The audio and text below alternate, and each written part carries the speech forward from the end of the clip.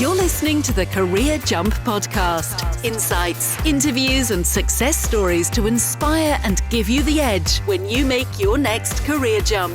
Hosted by your career concierge, Andrew MacAskill.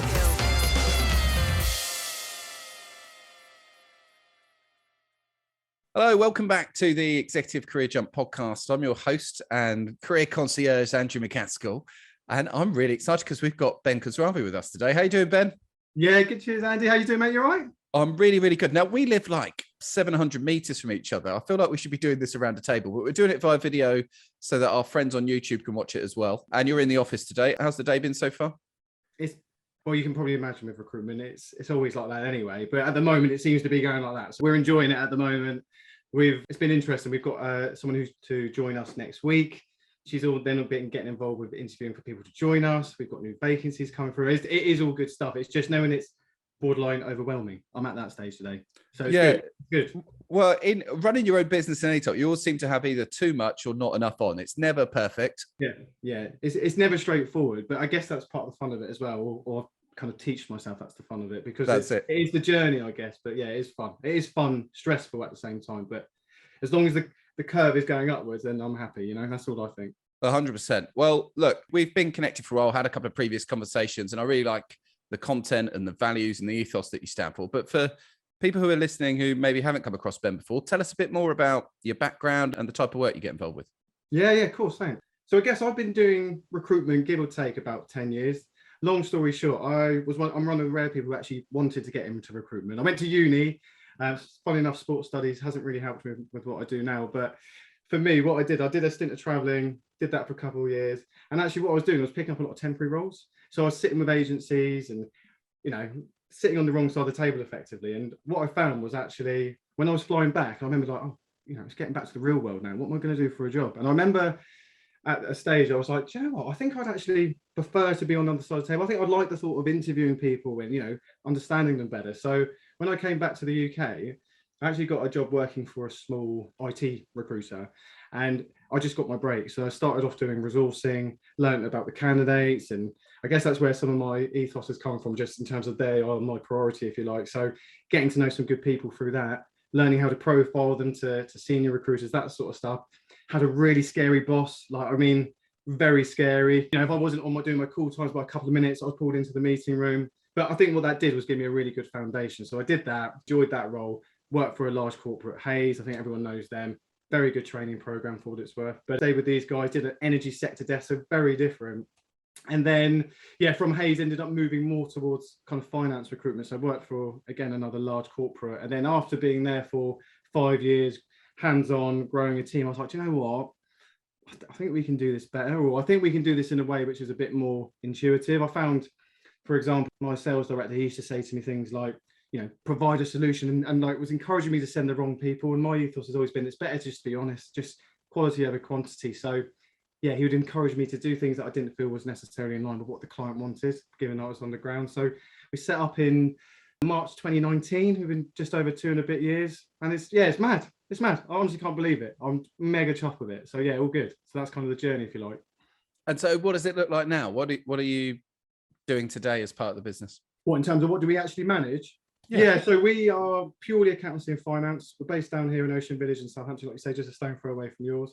And we do anything from kind of entry level to 100K plus FD sort of roles. So the whole idea is we've got like a consultant who's a specialist at each of those areas. Because we're local experts, if you like, we're meant to be able to understand the market. We see people replicate and come up again, so we can avoid things like that, which might be problematic moving forward. So it's been, it's good. It's a very incestuous market. Everyone knows everyone, which is why I think it's so important for us as well to focus on making sure candidates get a good experience through that process. Because we want people to talk about us. We want them to, regardless of whether they got a job through us or not, we want them to leave the process and go, and they added value to my search some way or another. And I think that's where we may differ slightly from other recruiters, because they're very keen to get them the role. Whereas for me, I'm more about, actually, if I add value, you'll be happy. You may tell your friends, you might give us a referral. And actually, a lot of where we get our business is from operating that way, instead of just drilling the phone and trying to annoy clients. So that's kind of the space that we do. We've got number 6 joining in a couple of weeks, as I mentioned. And we're currently looking for at least another 2 or 3. So it's all go, you can probably tell. But it's go. But it's exciting. I won't have it any other way. No, I love it. Love to hear it. Now, you've become quite well known for some pretty good rants online, bit of comedy thrown in there as well. We've seen a few characters where you're kind of calling out a lot that's wrong with the recruitment industry or that frustrates you about the recruitment industry. Yeah. Where do you think the industry needs to go? What do you think needs to change? So much, if I'm honest. So much of it. I think just some basic stuff, I guess. Like from a recruitment point of view or recruiters or agency, I think the fact that people aren't responding to every single application, I think is criminal. Like genuinely, I'm not just trying to get buzzwords in. I think it takes me the same amount of time to say, can you give me a call, to unfortunately you're not quite right. So for me, I really prioritize in getting back to people. But I think it's also that dynamic with agencies, with businesses. Some businesses want to partner with a recruitment agency and want to work together and have really open relationships in terms of explaining what they need and being on the level and trusting each other and getting the job filled. Whereas some businesses want to hold you at arm's length. You're just trying to waste my time. You're over-promising and under-delivering, which in their defense, I understand why they do that as well. So it's trying to change those habits and those ways of working together, I think is key. And one way we've tried battling that, for example, is we don't do lots of contingent recruitment, 5-6 agencies on it. We only work exclusive, maybe 2 agencies at best, unless it's a large corporate PSL, but we're focusing on the quality of work opposed to quantity of work, because actually what I find is if you've got quantity, the quality tends to go down. So that's kind of how we're kind of working anyway. No, that makes perfect sense.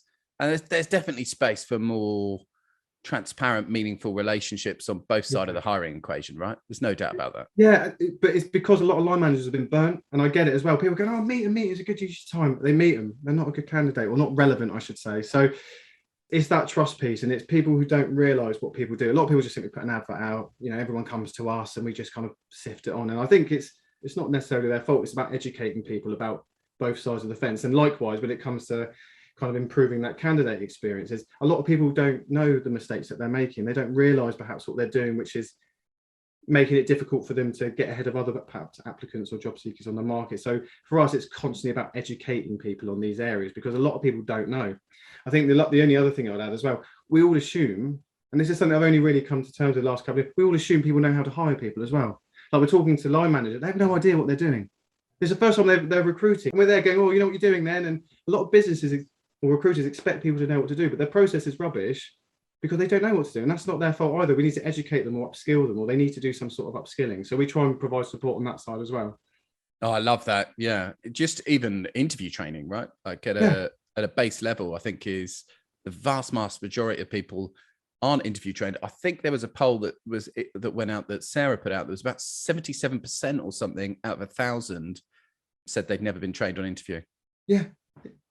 And then, then we're getting frustrated recruiters or candidates that the process wasn't very good, but to their defense, they don't know it. They don't understand it. What I've started asking frequently is like, do you need any support with your hiring process? Like, do you know the best way to get out of interviews? Because perhaps junior interviews compared to, execs are very different. And most time people say, no, they don't know. Well, what do you know? Or what can you say that will help us? So like I said, a lot of it is this educational piece and trying to help people understand what's going on both sides of the fence, I think, from my point of view. No, I love that side to it. Very good. You've been very generous with advice for job seekers as well and candidates in transition, which has been well received, particularly during the last couple of years. I'm interested if, a friend of yours, someone you cared about, a family member, phoned you after this podcast and said, Ben, I've just been made redundant. Can we go for dinner and talk it through?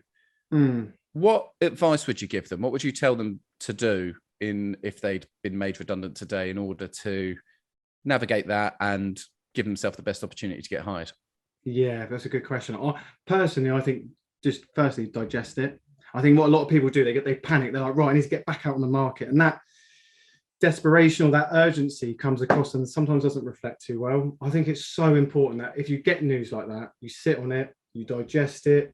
We all get that, we've all had angry emails and we want to respond back. And actually, if you've taken the time, the response is very different. And I think it's, again, the case when people are facing redundancy. And understandably, some people take it personal. There's lots of reasons people are out of a job. So firstly, I would just suggest someone just take the time, digest it, 2, 3, 4 days, whatever you need to feel yourself again. Because actually, if you are resentful perhaps or uncomfortable about moving forward, it will translate into your job search, which will make it really, really hard for you to get a job, in my opinion. And I think we all saw it during the pandemic. Obviously, lots of people getting loads of no's.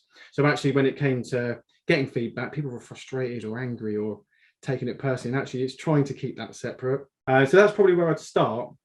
I then also just, maybe it's just because of my background in finance, but the first thing I'd say is, okay, well, if you are ready to go, let's see that CV, let's talk through it, make them achievement focused, and actually help with where to go and all that sort of stuff. So I suppose just a bit more of a once over in terms of best methods to be proactive to get a role. But I think the main thing I would say, if we're kind of talking more generically, is just being proactive. My pet hate, and I think this is a massive reason, particularly with finance guys, because they've got a bit of a perception perhaps being not as, the softer skills perhaps lacking depending on the level. So for me, it's about being proactive, not diverting to the emails.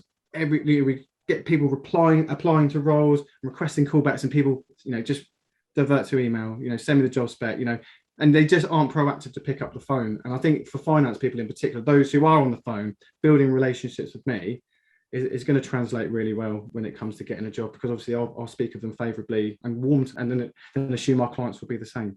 They are some of the key stuff I'd start with anyway. Obviously, the list is endless. Tremendous advice in there.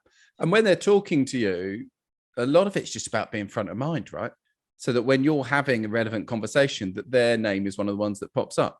Yeah. And I think that for me as well, this pandemic really showed that actually LinkedIn is incredibly, well, you'll know more than anyone, but it's incredibly powerful, and it's a really good way to get seen. I think a lot of people are always nervous about doing big gregarious posts and really putting themselves out there. But those who do, I think, will find some benefits. But again, just really engaging, commenting, and being front of mind. And that's kind of my technique with using LinkedIn. For me, I'm not always about jobs, and a lot of it is, but it's to try to be in the forefront of your mind and for people to think of you. So yeah, that's a really good point. No, absolutely. So tell us a bit more about your LinkedIn playbook then. You've built up a good following. As I say, some of your content is really good fun. If you're not following Ben, you should be, because he puts some really good fun stuff out as well. What's your general approach, ethos, in terms of the best way to leverage the platform?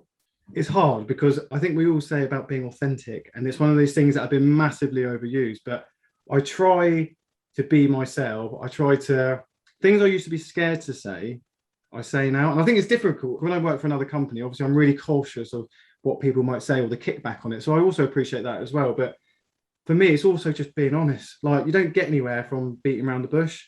So for me, it's about busting myths, like with recruitment, like people pushing for leads and all that sort of stuff. I don't want to be one of those recruiters. So I will blow the lid on stuff like that, or whistleblow if you like. So it's about doing engaging, exciting and educational content for me, essentially. So something along those kind of lines.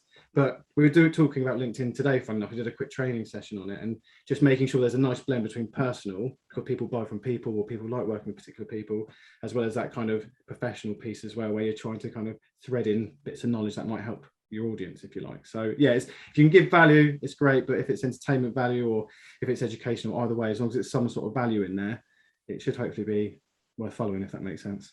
No, 100%. It makes perfect sense. It comes back to know, like, trust, doesn't it? That's classic content marketing 101. Do people know, like, and trust you? It's great. And the thing is as well, for me, what I enjoy, because we're all about being local. So when I pick up the phone to people, which is less these days, it's more kind of inbound and that sort of way. People go, oh, you're that guy, who's got a big fluffy dog he's always talking about, or you're that guy who, put that rant out the other week. And actually, people know of us because of that sort of stuff. And it's great for the business for us, but again, from a job speaker perspective, it works the same way. So it's really important. I love it. I genuinely enjoy it. It's one of those unhealthy obsessions though. Like, I don't know, you must be on it more than I am, but it's just unhealthy. Like, the other half's just like, Ben, just put it down. It can be obsessive, but it's enjoyable. Yeah, I'm kind of a believer, particularly with a lot of the blokes I know, that we've all got an addict within us. And I get intensely into things like most people. And so at least this is something that is actually adding value to people. And of all the things you could get kind of addicted and involved with, it's on the right side of the equation, right? Yeah, but is it? That's the thing though, because you feel like it is. But actually, if I'm scrolling through and enjoying the personal side of LinkedIn as well, it's different. But yeah, the other half is like, you need to just leave it for a bit. It does turn into a bit of a drug, I think. But there's definitely a time to put the phones away, right? For sure. Yeah. I'm going to ask you about this. What are you like on the weekends? Are you ready? Because obviously the LinkedIn changes on the weekend. Like, it seems to be quieter in my experience. Yeah. But yeah, I still use it. Just as much as you would from Monday to Friday? Not as much, but yeah, still use it. My view on LinkedIn at the weekends is there's less people, but there's less posts. So actually the engagement works out about the same, because there's less posts to distribute and less people to see them. So there's no drop in engagement at the weekend. But no, I use it. But as I say, I am trying to get more structured around taking breaks at certain periods. So between 6 and 8, just putting my phone away, being present with Zoe, the children, making sure I'm doing whatever I'm doing, and then making sure I don't sleep with it next to my bed. Yeah. Because that's not good from a sleep perspective. Or if the first thing you're doing when you wake up is picking up and checking your LinkedIn pings, which we've all done. That's not a good habit. So I think a few boundaries is good. But still dabble at the weekends. It's got a different vibe though, I find. It's a different vibe on the weekend, but it's not a bad vibe, but it's just very different. And I find that people tend to use it less. But like you say, you'd probably get a different sort of reach on the weekend compared to Monday. Different sort of reach, yeah. And for me, it tends to be a bit more personal stuff rather than business as well at the weekends, as you say, because that vibe's shifted. But yeah, overall, obviously, we're both big fans of it. And for anybody that's listening that hasn't yet started, getting the courage to post and all that, we would encourage them to, right? Of course. Definitely. And the thing is, I've learned so much from it as well, like so much. And for me, it inspires me. I learn new things from it. It gives me new ideas. You might see something and go, do you know what? I could champion that, or I could do something better. I just find it exciting. No matter what it is, you'll feel like I'm constantly learning on there as long as you're following the right sort of people, I guess. Hey everybody, it's Andrew here. Just wanted to very briefly interrupt this podcast episode to tell you a little bit more about our Career Jump Club. So our Career Jump Club was created to help job seekers understand what they want and how to get it, right? So becoming a club member is a great move if you're looking to get the clarity and confidence in order to secure your next role. With the membership, you get a number of different things. So first thing you get is access to our online platform, which has over 30 videos, 40, 50 different templates, workbooks, and it takes you through everything from sort of understanding what you want to how to position your CV and LinkedIn, how to interview, how to close offers and negotiate better salaries, a full end-to-end job search course effectively for senior leaders. So you get that, you get a fortnightly group coaching call, which is with me and with the other members, where we bounce around best practice, share slide decks, share techniques, and share the latest data on what's working for people. And you get to, most importantly, become part of our closed LinkedIn group and our closed community. And in there is where the magic often happens, because you get people referring each other into opportunity, supporting each other, and just sharing. And that's what it's all about. So if you're financially able and you'd like to invest in your job search, head on over to www.execcareerjump.com, all one word, /club, and you'll find the landing page and come and give it a go. We'll see you in there. Anyway, back to the pod. You mentioned something quite interesting a second ago, which was recruiters digging for leads with candidates. Yeah. Tell us a bit more about that. What were you referring to? Fishing, essentially. So fishing. Fishing. So and again, and I admit this, there's loads of recruiters who just aren't honest. Like, I used to be that guy, and that's how I know what not to do now. So because I used to be that guy, I used to be mining for leads. Oh, how's your job search going? Where are you interviewing? Oh, what was their name? Can you say it again? And you're writing it down so that you can squeeze that line manager. And actually, since we started the niche partnership, it was like I could do that, and we could grow a business like that. But I'm being a friend to someone and trying to help someone get a job, but behind their back trying to screw them over is ethically, it just doesn't sit right with me. Don't get me wrong, it's interesting after to get that sort of information. So say someone says, oh, they found a job, they've gone to this company. We're like, oh, great, that's good information for us to know and helps us understand and map our market. But I will not be encouraging people in our team, me or anyone, to try to interfere with people's jobs, and that's essentially what it is. And recruiters will quite innocently. And I asked a question like, how are you getting on? But I'll say very clearly, don't tell me where you're interviewing. I just need to know in terms of timescales where you're at, because we have them in processes. So it's important for us to know that. But I don't need to know what that job was, all the details with the other job in terms of the hiring manager, the sector. Yeah, it'd be good to know the job title, the money, just to know what we're working against if we've got a role for this candidate also. But yeah, I'm not here to undermine candidates and make it harder for them to get a job, because it defeats the objective of what we are actually here to do in the first place. It's that short-termism mindset again, isn't it? And that's where recruitment has gone wrong. It's all about getting the quick deal. Well, typically, this is unfair because lots of recruiters aren't, but it's about getting the quick deal. It's about getting the quick win, get in there, get out and hurry up. And for me, it's more about actually, that's going to be a good process. It might take us longer, but we want them to keep calling us. I don't want to keep chasing these people. I want people to come to us rather than me annoying people. It's weird, I find, that I have to go and chase people to fix their problems, It's like you trying to find job seekers and say, look, can I help you? And actually people are coming to you. It's just, it's the way it should be done, in my opinion. Yeah, well, you want to create an ecosystem where people want to buy from you rather than having to shove your products and services down their throat or sell too hard to them.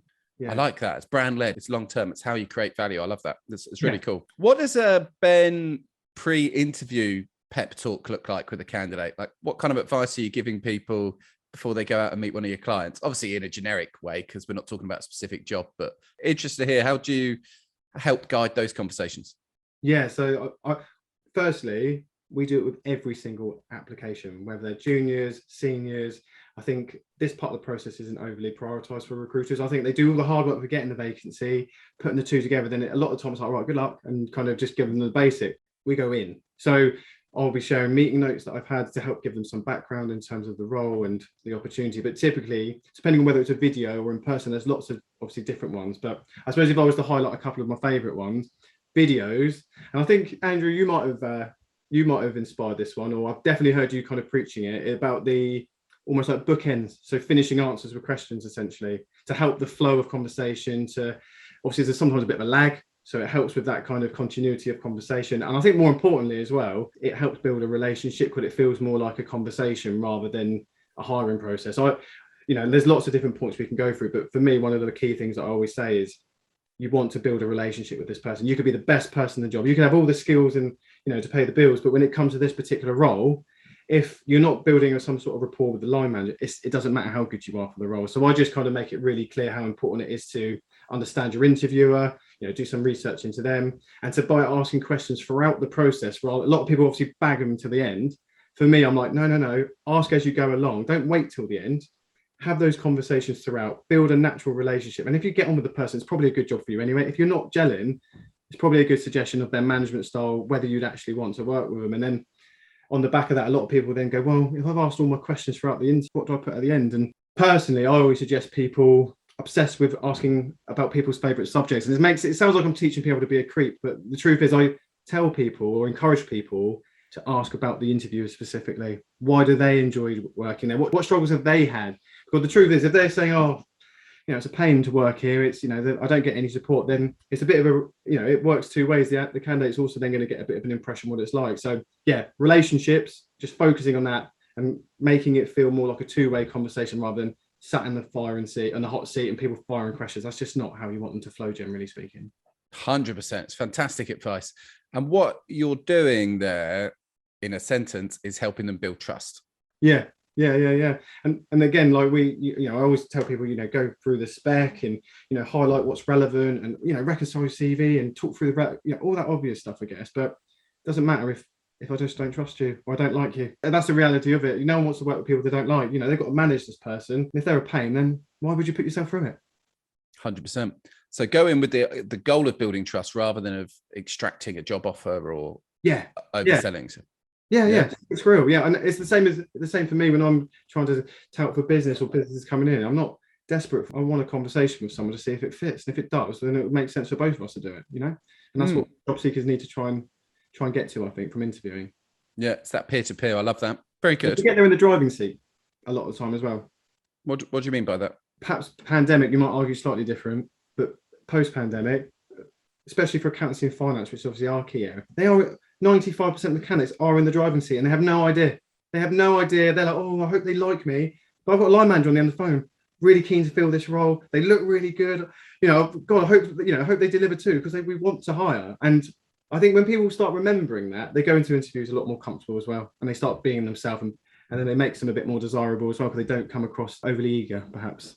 Well, the interviewer is the one with the problem, right? If you've got a finance manager shaped hole in your organization at the moment, that's a problem. Yeah. And this is the thing, you're working with business that want to hire rather than try and trip people up. It's just so much more enjoyable. And then you get the right people, they stay, better retention, and it's a win-win all round. Love that ethos. That's really cool. Switching lanes a little bit then, mate. We've had a clear trend of more and more people setting up their own businesses, going it alone, whether that's, freelance consultancy or actually building out a brand that they've always had in mind or something like that. Yeah. You're a couple of years into that journey. What do you see as the pros and cons of business ownership as a career path?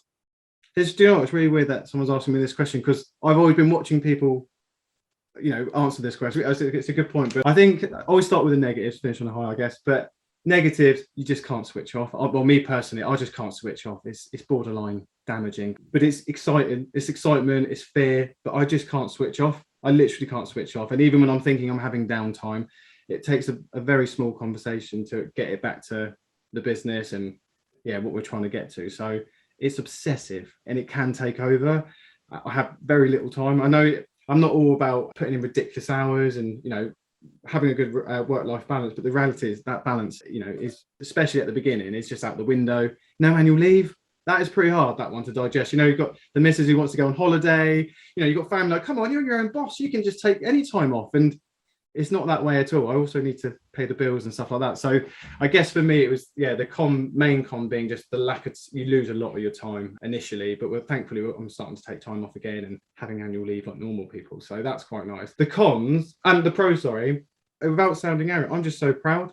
I'm like genuinely chuffed that I'm sat here talking to you 2 years and a bit in, and we've gone from just me and my business partner sat at his table with his cat crawling over the keyboard and crashing at my mum's to use her dining room, to a stage where we've got an office in Southampton, and like I say, we're growing. So it's just being proud of what we've done so far and just digesting it and being like, oh, we're actually doing that. And like people start going, oh, actually, I've seen that. But I just am really humbled by it all, to be honest with you. So to me, it's something that's been the most enjoyable part for sure. No, that's brilliant. And you should be proud. You've done really, really well in a very short space of time. And it's good sometimes, isn't it? Because you don't always feel like you're winning, but it's good sometimes to look back at those moments when you're in the garage with the cat crawling over you whilst you're trying to make a call and you didn't know if you had enough cash to pay for the phone bills and everything.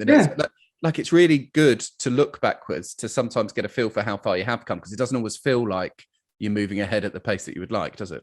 Yeah, and that's it. And I had prime example, I had a shocker the other day. Everything seemed to fall apart, that sort of thing. And then I was just like, okay, this is today. Let's go in tomorrow. Came in the next day. And I was just like, that's a very small blip compared to what we've been through to where we are now. And it just puts things in perspective. And, the fact that we're hiring people and getting people jobs, to work for us. I'd like even little things like that. And for us as well, like guys in the team, if they're doing well, making good commission and earnings for themselves, but doing it in the way we like to, again, that I'm really proud of that as well. Like I'm proud of that. And I'm turning into like that annoying guy when people interview them. Oh, we've got someone in the team and, like almost like a dad figure, which is cringe, but I'm really proud. That's all I can say. Really, really proud.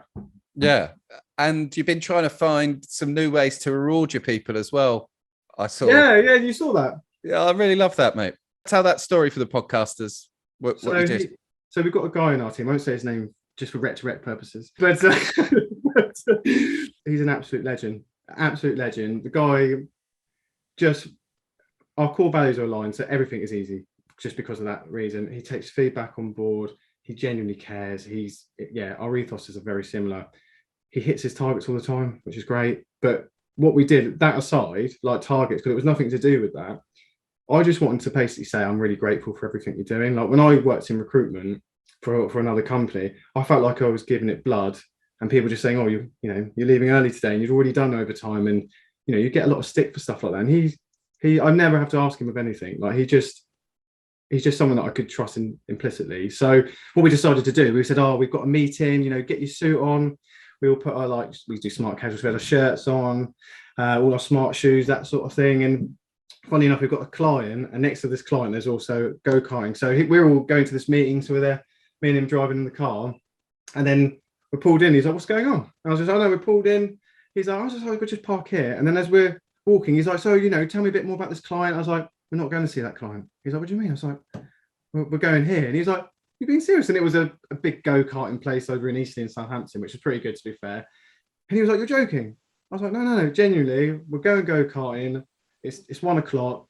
We're sacking off the rest of the afternoon. We're just going to go go-karting for a couple of hours. We're going to have something nice to eat. We're just going to have a laugh, play a bit of pool, have some food. And he's like, you're joking? I was like, no, that is genuinely what we're doing. And I said, and just to top that as well, we're going to give you £1,000. And he goes, what? Why? And I just said, because we want to say thank you. And I don't want it to be anything KPI associated. I don't want anything along it. I just couldn't ask for any more. So this is just my way of saying thank you. And it just went mental. The post went huge, but what did it for me is just how grateful he was. And we are going to do that for people. It's just harder, obviously, when we scaled to keep that going. But it was just so enjoyable. And he loved it and I enjoyed it. And it was just such a good afternoon. I recommend people surprising their staff. They love it. It's so huge. I think that's a brilliant story. And yeah, what you're doing is you're giving him the recognition you always crave but never got. And it's lovely to have the platform to be able to do that. Yeah, and that's it. And I think the other thing on the back of it, because we want people to feel valued and not just kind of target driven all the time. We've got like a loyalty scheme. So if you stay for a year, I think this is where there's a bit of problem with recruiters. There's sometimes a bit of churn in heads, but if you stay for a year, we give you £1,000. It doesn't matter what your targets are. Well, so if you stay for 2 years, it's £2,000. If you stay for 3 years, it goes to £3,000. And every year after, it's still £3,000. Because I just want it to be like a loyalty bonus, essentially, to say I'm just really grateful for everything you're doing. Nothing to do with your KPI. Still get what you normally do with commission and all that sort. This is just my way of saying thank you and stay with us, please. I suspect that will be a really, really good investment. So yeah, I hope so. Because otherwise, it's really expensive. But no, I think it's just a way of saying thank you without necessarily making it KPI driven. I think that's where the problem is in recruitment. It's always about KPIs rather than the other stuff as well, which is becoming more important, as you know. Yeah, well, you can't say your values one thing and then have KPIs that drive the opposite behavior and expect to grow anything. So good on you for that. Yeah. A couple of quick fire ones then, just before we wrap, if we can, whilst we've got you. Books, podcasts. Do you read and listen to them? What do you like? What have you enjoyed? Share some of your stuff that you've digested. I'm a podcaster. Audible. Sorry. So what was I listening recently? Never Split the Difference. Oh yeah, the negotiation one. Yeah, that's good. I think I'll find it interesting though, because I was expecting one thing, and actually it is a guy literally negotiating with like bank robbers and stuff, and you're learning different ways to approach really stressful situations. So I quite enjoy that one. A bit cliche stuff as well. Have you? Well, Eat That Frog. That's probably where I started with all these like self-help development books. I think it's quite thin as well, so it gets you kind of into them quite quickly, I found. So I'd recommend that, and just starting off your day with getting the worst bit done first, which does actually make a huge difference, I think. So yeah, they're probably just two that come to mind anyway. Atomic Habits, all the classics, I guess. Yeah, Atomic Habits is brilliant. Good. Some very, very good recommendations in there. And what are you excited about? Well, generally, like work-related or excellent work. Either. God, this makes it sad that I had to think. What am I excited about? I'm obsessed with my company. I won't lie to you, but what am I excited about? Spending time with my dog, my family. I'm pretty boring, if I'm honest with you. I seem more exciting than I am on LinkedIn. I'm a very boring guy. For me, if I'm pizza, but this is the sort of person I am, Andy. It looks like I'm really outgoing and whatever. I'm really not. I like the simple things. That's what excites me, sadly.